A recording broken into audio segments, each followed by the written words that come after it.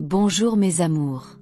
Un énorme merci à vous tous pour votre soutien, vos likes et vos partages. Vous êtes incroyables. Si vous aimez ce que je fais, n'oubliez pas de liker, partager et de vous abonner pour ne rien rater. Vos commentaires et vos idées me motivent chaque jour à continuer. C'est parti. Elle avait tout jusqu'à ce qu'elle doive cacher son propre visage pour survivre. Quand la beauté devient une malédiction et que rester invisible est le seul moyen de rester en vie, jusqu'où iriez-vous? C'est une histoire d'obsession, de trahison et d'un jeu mortel pour la survie. La vérité va vous choquer. C'était un matin comme un autre, ou du moins, il aurait dû l'être. Winnie marchait dans la même rue sinistre et solitaire, Sam Jackson Street, le chemin qu'elle empruntait pour aller à l'école tous les jours à exactement 6 heures. La rue était toujours vide à cette heure-ci, silencieuse, isolée. Mais aujourd'hui, quelque chose était différent. Le silence semblait plus lourd, presque suffocant. L'air était plus froid. Ce n'était pas juste du vide, c'était un néant, une sensation inquiétante qui enveloppait Winnie comme une brume invisible. Alors qu'elle marchait, elle ne pouvait pas l'expliquer, mais quelque chose n'allait pas. Haussant les épaules pour chasser le sentiment sinistre qui lui parcourait l'échine, Winnie accéléra le pas. Son école était encore à des kilomètres, mais alors qu'elle faisait quelques pas de plus, une voix basse et rauque l'appela derrière elle. Winnie. Winnie se figea, son souffle coupé. Un frisson soudain parcourut ses veines. Lentement, elle se retourna, son cœur battant à tout rompre dans sa poitrine. La vision n'était pas claire au début, et puis elle la vit. Une vieille femme frêle et hagarde se tenait à une courte distance, s'appuyant lourdement sur une canne tordue. Son regard perçant et dérangeant était rivé sur celui de Winnie avec une intensité qui lui tordait l'estomac. Un frisson la parcourut. Qui était cette femme? Et comment diable connaissait-elle son nom? Les lèvres de la vieille femme s'entr'ouvrirent, mais avant que Winnie ne puisse réagir, la distance entre elles disparut, et puis la vieille femme était juste devant elle. Aucun mouvement, aucun pas, juste là. Winnie réprima à peine un cri. Tendant une main frêle, la vieille femme lui présenta une petite bouteille d'huile, hermétiquement fermée. Sa voix, maintenant ferme et autoritaire, traversa le silence matinal. « Prends ceci. Applique-le sur tout ton corps avant d'arriver à l'école. Cela te sauvera. » L'esprit de Winnie tourbillonnait. « Qui êtes-vous » voulait-elle crier. À la place, elle chuchota. « Comment connaissez-vous mon nom? Et pourquoi devrais-je prendre quelque chose d'une parfaite inconnue ?» La femme ne dit rien de plus. Elle posa simplement la bouteille par terre, se retourna et commença à s'éloigner. Avant que Winnie ne puisse cligner des yeux, la vieille femme avait disparu, évaporée dans l'air. Le corps de Winnie tremblait. La rue était à nouveau vide, comme si la femme n'avait jamais existé. Une nouvelle vague de terreur l'envahit. Ses jambes la suppliaient de courir, de fuir ce qui venait de se passer. Pourtant, quelque chose l'arrêta. Son regard tomba sur la bouteille. Petite, inoffensive en apparence, mais rayonnant d'une énergie inexplicable. Une guerre faisait rage dans son esprit. Venait-elle de rencontrer quelque chose de divin? Était-ce un avertissement, une bénédiction, une malédiction? Le cœur battant, Winnie se pencha, hésita un instant, puis ramassa la bouteille. Et contre toute logique, elle décida de suivre les instructions de la femme. Blossom Bridaille était vide lorsque Winnie arriva enfin, comme toujours. Elle était la première à franchir les portes de l'école. Un soupir de soulagement lui échappa. Elle avait réussi. Quelle que soit cette étrange rencontre, c'était terminé maintenant. Ou du moins, c'est ce qu'elle croyait. Elle avait à peine fait 5 pas vers le bâtiment scolaire quand une main lui tapota soudainement l'épaule par derrière. Winnie se retourna pour voir qui l'avait touchée, mais il était trop tard. Un homme masqué, debout à quelques centimètres d'elle, lui jeta un liquide brûlant directement sur le visage. Sa vision se brouilla. Une douleur inimaginable, une douleur ardente. Winnie hurla. Sa peau brûlait, son visage fondait, ses mains étaient en feu. L'homme disparut immédiatement dans la brume matinale. Les cris de Winnie déchirèrent la cour de l'école. Elle griffa sa peau brûlante, l'odeur âcre de quelque chose de terrible emplissant ses narines. Ses mains, son visage, tout son être était en feu. De l'acide. Quelqu'un lui avait jeté de l'acide au visage. La vision brouillée par les larmes, Winnie chancela, puis se précipita aveuglément vers les toilettes des filles. À l'intérieur, elle s'effondra contre le lavabo, haletante, sanglotante. Pendant 5 minutes torturantes, Winnie refusa de regarder dans le miroir. Son esprit tourbillonnait. Et si mon visage avait disparu? Et si j'étais méconnaissable? Et si j'étais un monstre? Finalement, avec des doigts tremblants, elle se força à regarder. Mais ce qu'elle vit lui coupa le souffle. Rien. Son reflet la regardait, intacte. Sa peau lisse, radieuse, comme si rien ne s'était passé. Pas de brûlure, pas de cicatrice, rien. Les doigts de Winnie tracèrent frénétiquement ses joues, sa mâchoire, son front. Pas une seule marque. L'acide avait disparu, les brûlures n'existaient pas. L'incrédulité l'envahit. Comment? Comment était-ce possible? La douleur avait été réelle, les brûlures avaient été réelles. Pourtant, son reflet disait autre chose. Puis elle comprit. L'huile. Winnie recula, son souffle court et saccadé. La vieille femme, l'avertissement, l'huile. Cela l'avait sauvée. Et pourtant, le soulagement fut de courte durée. Une réalisation plus sombre s'imposa, sa vie était en danger. Quelqu'un voulait sa destruction. Quelqu'un voulait effacer sa beauté. Son esprit s'emballa. Qui pouvait la haïr à ce point? Qui pouvait être si envieux, si impitoyable, qu'il essaierait de la mutiler à jamais? Et la question la plus terrifiante de toutes, qui était la vieille femme? Qui était l'homme masqué? Winnie devait le découvrir. Elle devait découvrir la vérité. Mais la réponse pourrait être plus terrifiante que tout ce qu'elle aurait pu imaginer. Toujours secouée par l'incident horrible, Winnie s'enfuit de l'école ce matin-là avant que les autres élèves n'arrivent. Elle courut à travers les rues silencieuses, son cœur battant comme un tambour, son souffle rauque de peur et de fureur.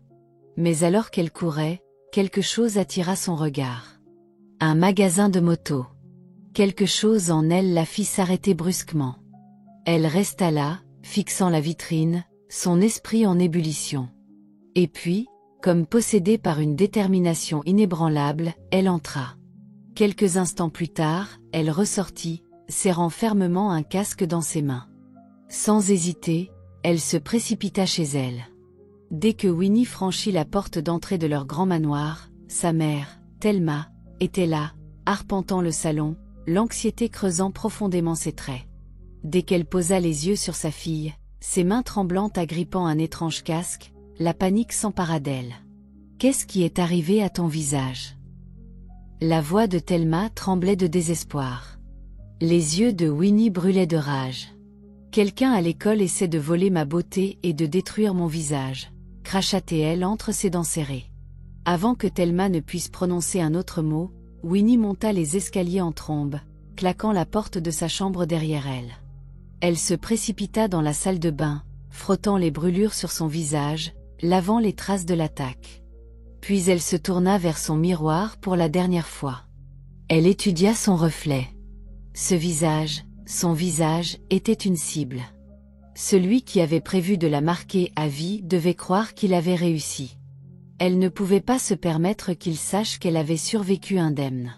Si elle voulait découvrir la vérité, si elle voulait démasquer l'homme derrière l'attaque, elle devait être plus intelligente. Personne ne croirait son histoire si son visage restait sans cicatrice, et ses ennemis ne devaient jamais soupçonner qu'elle était toujours la même Winnie. Debout devant le miroir, Winnie regarda son visage une dernière fois. Puis elle élabora un plan. Un plan qui exposerait ceux qui avaient tenté de la ruiner. Avec une détermination inflexible, elle souleva le casque et le plaça sur sa tête. À partir de ce moment, elle ne l'enlèverait plus jamais. À partir de ce moment, elle était une nouvelle Winnie. Elle était devenue quelqu'un d'autre. À partir de ce jour, Winnie vivrait sous une nouvelle identité, une identité qu'elle n'abandonnerait pas avant que ses ennemis ne soient mis à genoux. Et c'est ainsi que l'histoire avait commencé. Avant ce jour fatidique du 11 février, avant la première tentative d'effacer sa beauté, Winnie avait été connue loin à la ronde pour son attrait incomparable. Sa beauté était du genre à réchauffer les cœurs les plus froids, du genre à arracher des sourires aux âmes les plus amères. Sa peau brillait d'une radiance éthérée, lui valant le surnom de Blanche-Neige. Elle n'était pas juste une autre fille. Elle était une vision, un chef-d'œuvre vivant. Mais la beauté n'était pas la seule chose qu'elle possédait. Winnie était l'enfant unique d'une famille aristocratique. Ses parents, Damon et Thelma, l'adoraient au-delà de toute mesure. Winnie était née dans la richesse, le privilège et ce qui semblait être une vie de luxe inébranlable. Ou du moins, c'est ce qu'elle croyait. Partout où elle allait, elle éblouissait. Sa présence était magnétique. Elle avait ce genre d'yeux qui faisait s'arrêter et regarder les gens, des yeux si envoûtants qu'ils la distinguaient de tous les autres. Même dans une mer de visages, Winnie était impossible à confondre. Et c'était précisément pour cela que quelqu'un avait voulu lui enlever tout cela. Winnie n'avait que 2 amies, Mimi et Glory. Elles étaient inséparables depuis leur jour d'école primaire. Mais en grandissant, Winnie s'était épanouie différemment. Elle était celle qui se distinguait comme un lys dans un champ de fleurs sauvages, celle qui captait toute l'attention. « Hey, je peux te parler un instant ?» Dan appela alors que les 3 filles rentraient chez elles sous le soleil brûlant de l'après-midi. Elles se retournèrent pour le voir, le garçon le plus intelligent et le plus beau de leur classe. « Il t'appelle », chuchota Mimi avec excitation à Winnie. Winnie, légèrement surprise, se tourna vers Dan. « C'est à moi que tu parles ?» demanda-t-elle. Mais à la surprise générale, Dan secoua la tête et détourna son regard. « Non, » dit-il. « Je parle à elle. » Il pointa Mimi du doigt. Mimi se figea. De toute sa vie, jamais un garçon ne l'avait choisie elle plutôt que Winnie. La réalisation lui envoya une décharge électrique dans tout le corps. « Vas-y », la poussa Glory, les yeux brillants d'excitation. Les 2 filles avaient du mal à contenir leur joie. Enfin, quelqu'un remarquait Mimi plutôt que Winnie. Rougissante, Mimi s'approcha de Dan, son cœur battant. « Tu m'as appelé ?» demanda-t-elle doucement. Dan hocha la tête, son expression devenant sérieuse. « Oui. Je veux inviter Winnie, mais je suis trop timide. Peux-tu lui donner cette lettre et lui dire que c'est de ma part ?» Le sang de Mimi se glaça. Juste au moment où elle commençait à se sentir belle, elle aussi, la lettre dans la main de Dan, juste sous son nez, détruisit toute la confiance qu'elle avait en elle. Dan ne l'avait pas appelée parce qu'il voulait l'inviter, comme elle l'avait espéré, mais plutôt pour l'utiliser comme intermédiaire pour atteindre Winnie. Une lente renséhure froide s'installa dans sa poitrine, mais elle força un sourire. « Bien sûr, » dit-elle en prenant la lettre avec un sourire calculé. « Je serai ravie de t'aider. » Dan soupira de soulagement. « Merci. Assure-toi qu'elle la reçoive. » Mimi se retourna et retourna vers ses amis, glissant la lettre dans son sac en chemin. « Alors, comment ça s'est passé ?» demanda Glory avec empressement. « Oh » hésita Mimi, puis elle sourit. « Dan a dit qu'il m'aimait bien et qu'il voulait m'inviter à sortir. » Glory sembla surexcitée, cette fois parce que c'était Mimi et non Winnie qui recevait l'attention, pour une fois. Winnie, quant à elle, était sincèrement heureuse pour son amie. Bien qu'elle aussi ait eu un crush sur Dan, cela ne la dérangeait vraiment pas qu'il ait choisi Mimi. « Tu vois », dit Winnie à Mimi avec un sourire, « je te l'ai toujours dit, tu es belle. Tu dois vraiment commencer à le voir toi aussi. » Winnie le pensait vraiment. Elle avait toujours voulu que Mimi voie sa propre valeur, et elle était sincèrement heureuse pour elle. À l'insu de Winnie, la jalousie avait déjà commencé à s'infiltrer dans le cœur de ses 2 meilleures amies d'enfance. Et cette jalousie avait commencé à se transformer en haine, une haine qui avait maintenant poussé Mimi à mentir et à tricher simplement à cause de ses propres insécurités face à Winnie. La lettre d'amour de Dan n'atteignit jamais Winnie, et il passa des jours à croire qu'elle l'avait cruellement rejetée. Quelques jours plus tard, à l'école, avant l'incident, alors que Winnie se promenait dans le jardin de l'école, Sandra, une camarade de classe, s'approcha soudainement d'elle, le visage tendu par l'urgence. Il y a quelque chose que tu dois savoir, chuchota Sandra. Éloigne-toi des personnes que tu appelles tes amies. Elles ne sont pas celles que tu crois. Ne dis pas que je ne t'ai pas averti. Et sur ce, elle disparut avant que Winnie ne puisse même demander ce qu'elle voulait dire. Winnie resta figée, son esprit en ébullition. Pourquoi Sandra l'avertissait elle? Que voulait-elle dire? Avant qu'elle ne puisse y réfléchir, la voix de Mimi l'appela de l'autre côté du terrain. Winnie, dépêche-toi. On va être en retard pour les travaux pratiques. Winnie hésita, jetant un dernier regard dans la direction où Sandra avait disparu. Puis, avec un soupir, elle mit l'avertissement de côté et marcha vers ses amis. Mais aujourd'hui, alors que Winnie se déplaçait dans les couloirs de l'école, son visage caché derrière le casque, elle savait quelque chose que ses ennemis ignoraient. Elle savait qui ils étaient. Ses suspects, ses deux meilleurs amis, Mimi et Glory. On dit que c'est celui qui vous est le plus proche qui sait comment vous blesser le plus. Et avec les avertissements de Sandra résonnant dans l'esprit de Winnie, elle savait maintenant que ses propres amies étaient probablement celles qui avaient tenté de détruire son visage. Et elle allait les amener à avouer leurs crimes. Mais alors qu'elle marchait, elle fut ramenée à la réalité en entendant un éclat de rire soudain dans le couloir de l'école. Winnie leva les yeux et vit toute une foule d'élèves debout dans le couloir, tous en train de la regarder. Certains ricanaient sous cape, tandis que d'autres la fixaient, choqués. « Pourquoi porte-t-elle un casque ?» chuchota quelqu'un. Les regards ne s'arrêtèrent pas, et Winnie se dépêcha d'aller en classe pour éviter l'attention que son casque provoquait. S'adapter à cette nouvelle identité était difficile pour Winnie. Elle n'avait jamais été regardée bizarrement de sa vie. Elle avait toujours été celle qui attirait tous les regards dès qu'elle entrait dans une pièce. Mais les choses étaient différentes maintenant. Ses camarades de classe la fixaient alors qu'elle s'asseyait à sa place, encore plus perplexe que les autres élèves à l'extérieur. Il ne fallut pas longtemps avant que les questions ne commencent. Tout le monde était curieux de savoir pourquoi Winnie avait soudainement commencé à porter un casque à l'école tous les jours. Winnie dit délibérément à tout le monde, y compris à Mimi et Glory, qu'elle avait été dans un accident où quelqu'un lui avait jeté de l'acide au visage, le laissant complètement défiguré. Très vite, Winnie fut détrônée de son statut de plus belle fille de Blossom Bride pour devenir la bizarre au casque. Tous les garçons qui se prosternaient à ses pieds commencèrent soudainement à l'ignorer lorsqu'elle passait. Tous les professeurs qui lui souriaient et lui faisaient des clins d'œil étaient maintenant plus stricts et méchants avec elle. S'adapter à cette nouvelle vie était vraiment difficile pour Winnie. Et pendant ces moments où sa beauté était cachée, elle apprit quelque chose qu'elle n'avait jamais compris auparavant. La beauté était une monnaie d'échange, et sans elle, elle ne valait rien pour personne.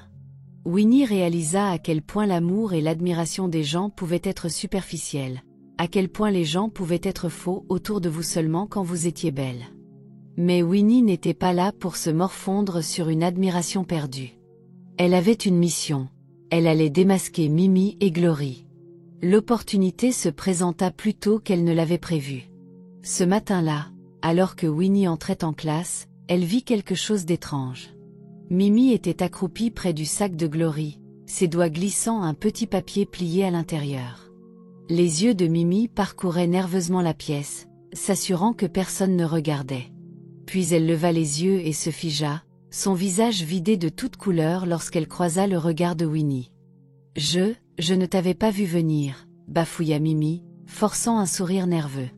Winnie leva un sourcil. « Tu essaies de voler quelque chose ?» demanda-t-elle sarcastiquement, feignant l'ignorance. « Bien sûr que non », s'exclama Mimi. « Je rendais juste un manuel que j'avais emprunté plus tôt. Allez, viens, allons-y avant que l'assemblée ne commence. » Avant que Winnie ne puisse répondre, Mimi lui attrapa le bras, essayant de l'entraîner. Mais Winnie était plus maligne que ça, et elle joua le jeu. Elle attendit que l'assemblée batte son plein avant de se faufiler dans la classe vide. Son cœur battait à tout rompre dans ses oreilles alors qu'elle se précipitait vers le sac de Glory, cherchant frénétiquement le papier. Elle le trouva, le déplia. Ses yeux parcoururent rapidement les mots. Il était écrit « Retrouve-moi aux toilettes des filles à 12h30 aujourd'hui. Viens seule. » Un lent sourire se forma sous le casque.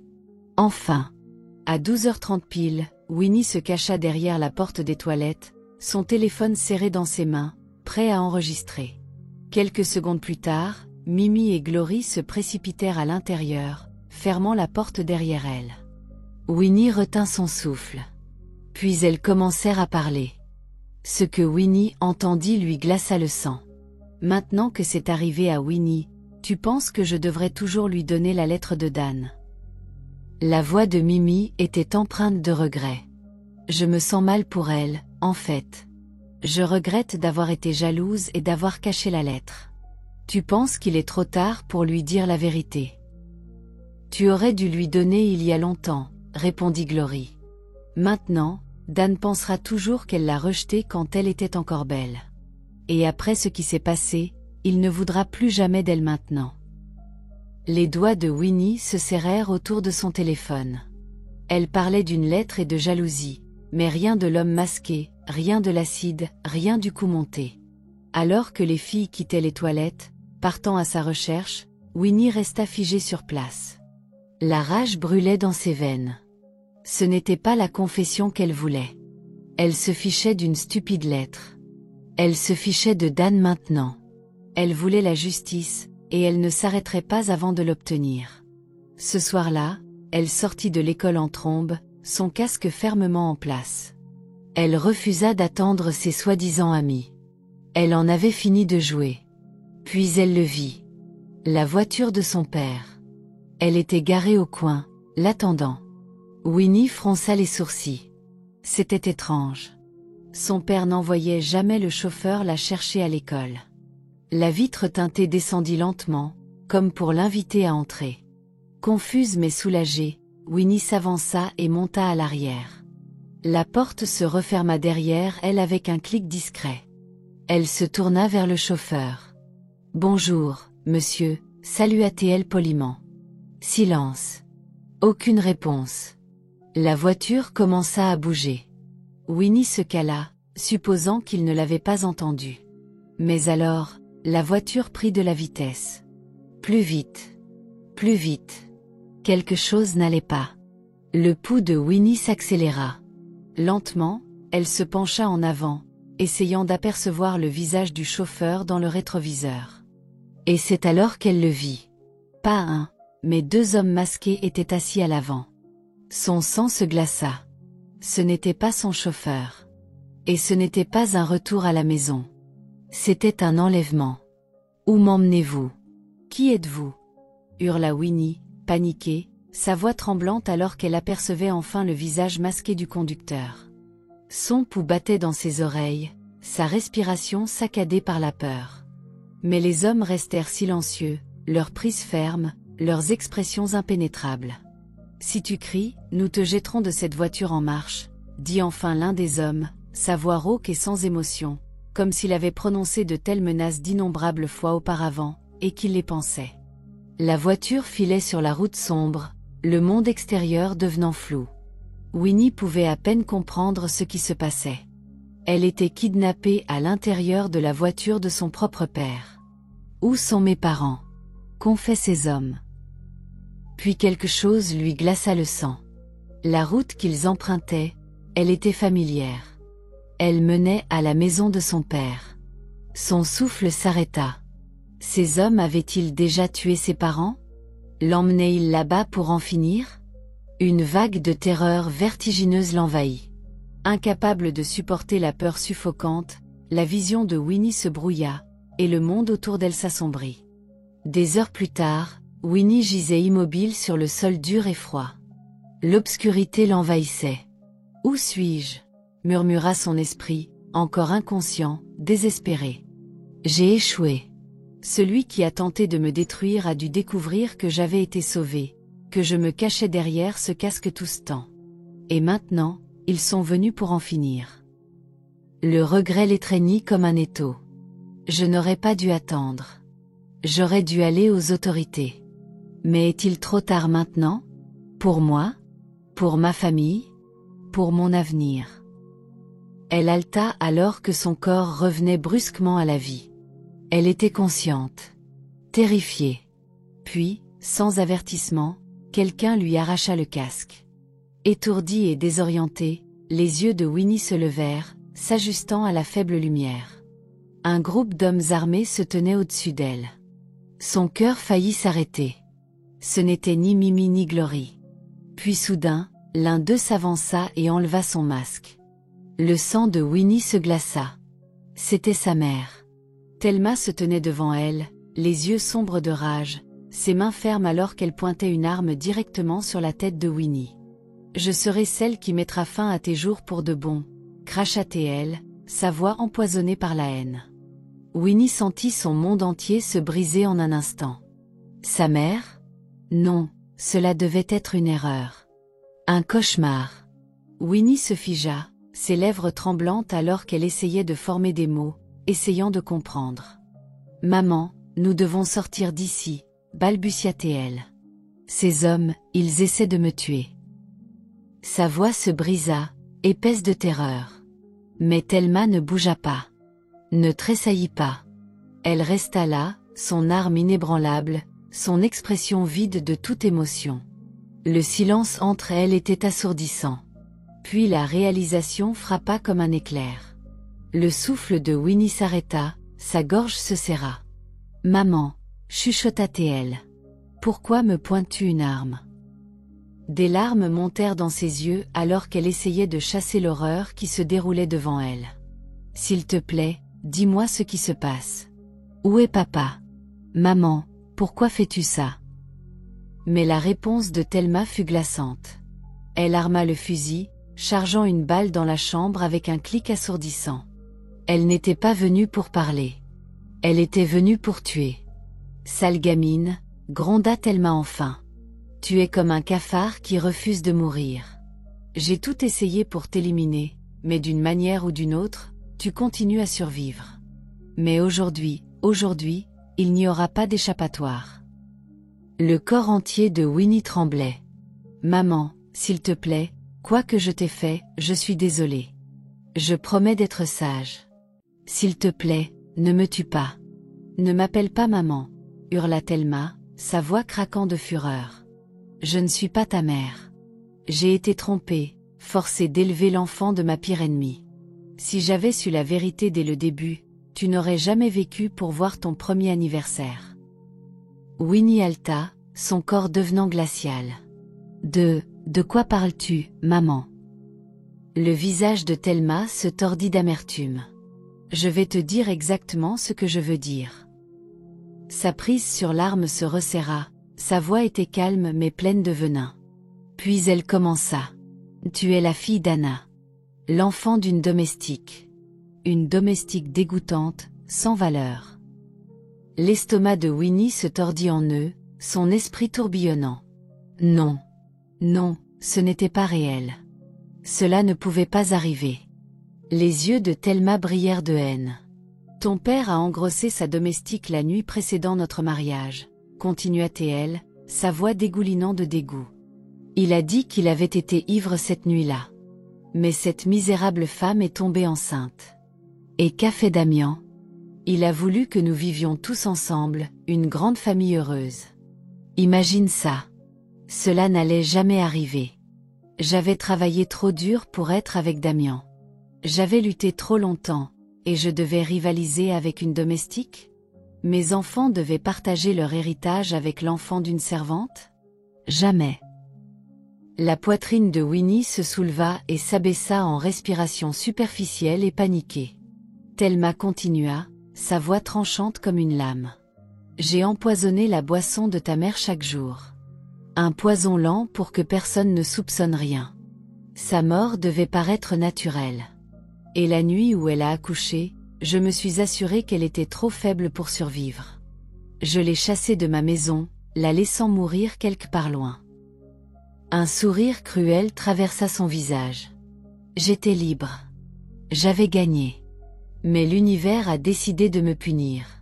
Je perdais mes grossesses, peu importe combien j'essayais. Je ne pouvais jamais avoir d'enfant à moi. J'étais punie. Et tout ça à cause de toi.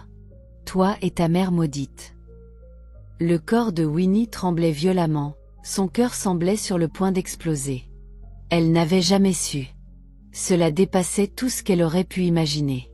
Et puis Damian, la voix de Thelma vacilla alors qu'elle continuait, sa fureur tremblant au bord de quelque chose de brut. Je ne sais pas comment il a trouvé le corps de ta mère dans la rue, ni comment tu as survécu. Mais il t'a ramené, prétendu que tu étais une orpheline et m'a convaincu de t'adopter comme notre enfant.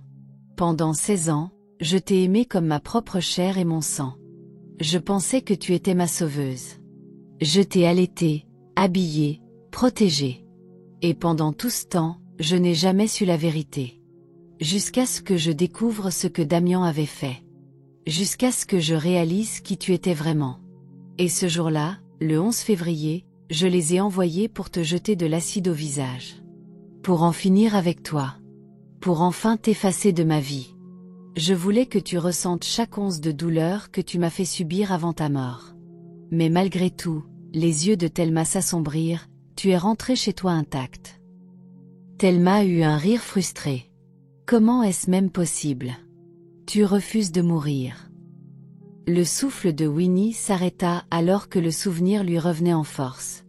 Le jour où elle avait échappé de justesse. Le jour où elle avait cru que ses amis l'avaient trahi. Ce n'avait jamais été elle.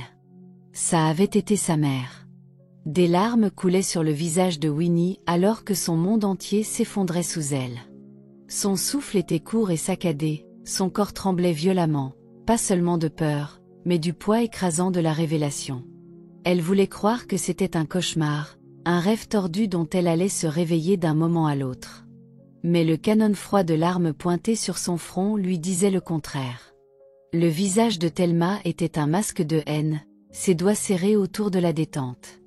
Maman, la voix de Winnie se brisa à nouveau, des larmes coulant librement sur ses joues. Non, ce n'est pas possible. Tu m'aimais. Tu m'as élevée. Mensonge, cracha Thelma, les yeux fous de fureur. J'ai été trompée pour t'aimer. Trompée pour élever la graine même de mon ennemi. Winnie secoua la tête frénétiquement, essayant de rassembler les morceaux de l'horreur.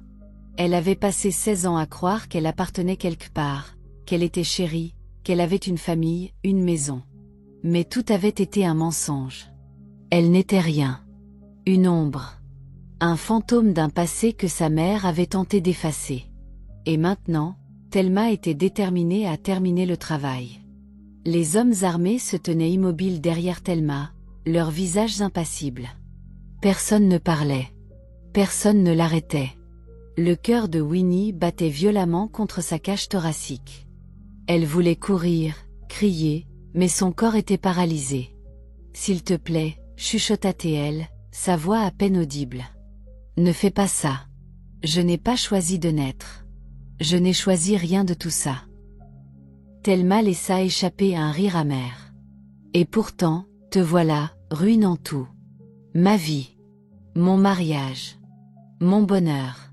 Volé à cause de toi. » Ses mains se stabilisèrent sur l'arme. Winnie pouvait le voir dans les yeux de sa mère.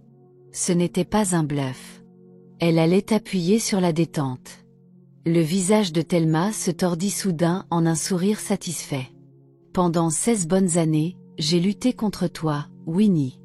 Essayant de t'éliminer avant même ta naissance, avant que tu ne puisses être plus que ce que tu es déjà. » Le visage de Thelma se durcit avec un sourire amer. Elle secoua la tête. « J'ai échoué. » Puis sa voix s'intensifia. « Mais tu vois, aujourd'hui, personne ne sait où nous sommes. Et cette fois, il n'y aura pas d'échappatoire. L'univers t'a finalement placé entre mes mains. » Elle leva l'arme. « Et tu paieras pour chaque larme que tu m'as fait verser. Et cette fois, il n'y aura pas d'échappatoire. » Le doigt de Thelma pressa la détente.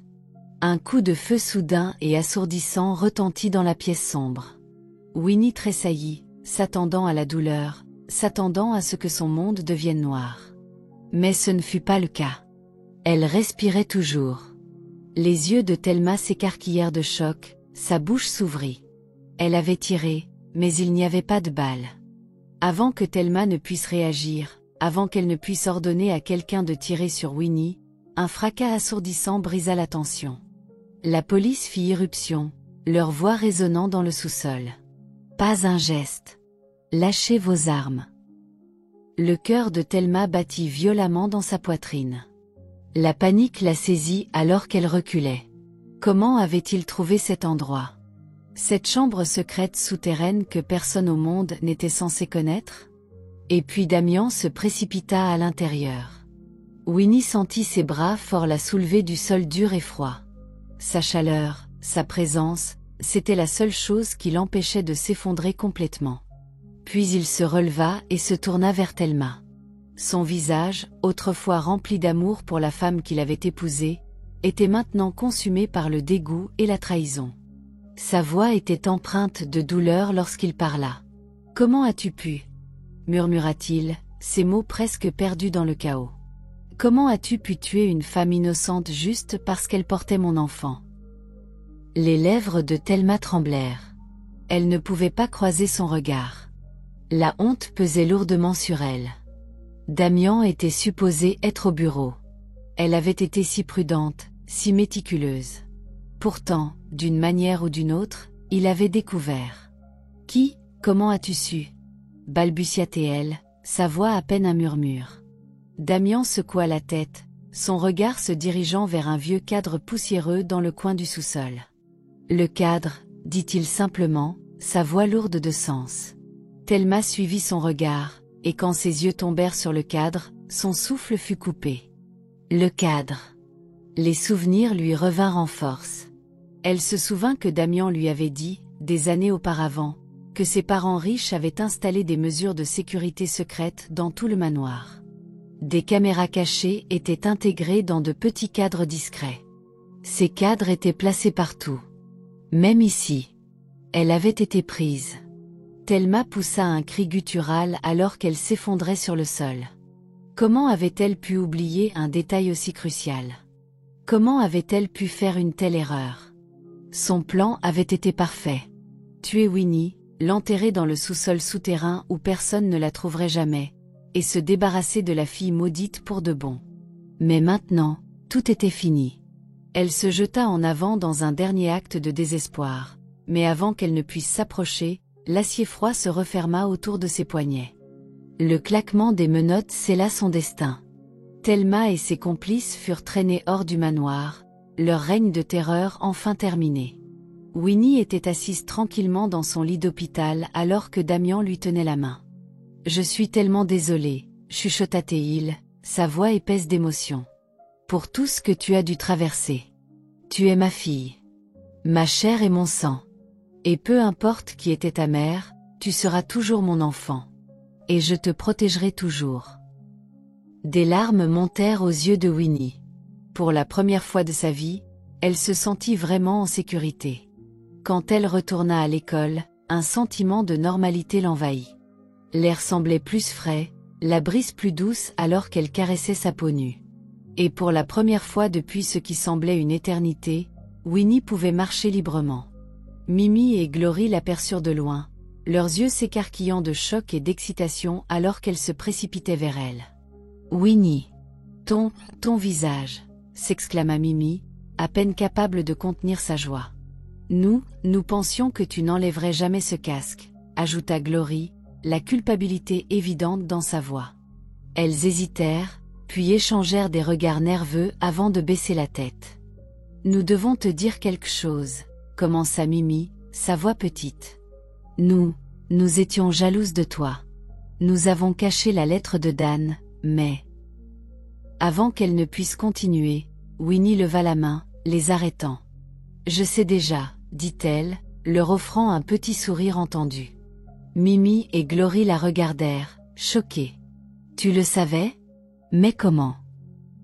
Winnie sourit malicieusement. « Eh bien, une fille a ses moyens. » Puis elle prit leurs mains dans les siennes. « À partir de maintenant, soyons de vrais amis, » dit-elle, sa voix douce mais ferme. Plus de jalousie. Plus de rivalité. Il n'y a aucune raison de rivaliser. Aucune raison de laisser la jalousie nous diviser. La beauté n'est pas qu'une seule chose. Elle vient dans différentes nuances, comme un arc-en-ciel. Et peu importe la couleur, Elle brille tout aussi fort. Les garçons viendront et partiront, mais les vrais amis resteront toujours. Vous comptez plus pour moi que toute attention éphémère d'un garçon. Alors choisissons de nous élever mutuellement. Faisons briller chacune d'entre nous. Mimi et Glory sentirent leur cœur se serrer aux paroles de Winnie. Elles avaient été si aveuglées par l'insécurité, si prises dans une rivalité inutile qu'elles avaient failli perdre quelque chose de bien plus précieux. Une véritable amitié. Ces mots les brisèrent, et les deux filles promirent de s'améliorer, de voir leur propre valeur au-delà de l'attention d'un garçon, et de faire mieux pour elles-mêmes. Avec cet état d'esprit nouvellement acquis, Mimi et Glory tinrent la main de Winnie avec plus de confiance cette fois, plus audacieuse pour affronter le monde. Marchant côte à côte, elles ne se sentaient plus comme des ombres en sa présence. La beauté de Winnie ne les faisait plus se sentir petites. Elle reflétait la leur, d'une manière différente, sous un angle différent. Les trois filles marchèrent ensemble, heureuses. Et ce jour marqua le début de la nouveauté de leur amitié. Une amitié née de l'amour et d'une sincérité que ces trois-là garderaient pour le reste de leur vie. Winnie n'avait plus à se cacher. Plus de casque. Plus de peur. Elle était enfin libérée des ombres qui la traquaient. Et ses amis aussi. Depuis un coin ombragé de l'école, une vieille femme regardait avec un sourire doux. Ses yeux brillaient de paix, sachant que son enfant était en sécurité. Elle avait été impuissante de son vivant. Juste une domestique sans moyens pour protéger sa fille. Mais maintenant, elle était dans un meilleur endroit. Maintenant, elle était quelque chose de plus. Elle était une force. Une protectrice. Une gardienne. Et si quelqu'un osait à nouveau faire du mal à son enfant, elle serait là. Pas trop loin. Pas trop près. Juste assez proche. Observant. Avec un dernier sourire doux amer, la vieille femme se retourna pour partir. Et bien que Winnie ne l'ait pas vue, elle savait qu'un jour, elle reviendrait. Anna, la vraie mère de Winnie, se retourna et disparut dans l'éther. Sa tâche était accomplie. Sa mission terminée. Pour l'instant. Merci beaucoup d'avoir regardé. N'oubliez pas de vous abonner à la chaîne. N'oubliez pas de laisser un like et un commentaire. Nous aimerions avoir votre retour. Jusqu'à ce que nous nous revoyions, soyez bénis et je vous verrai dans notre prochaine histoire.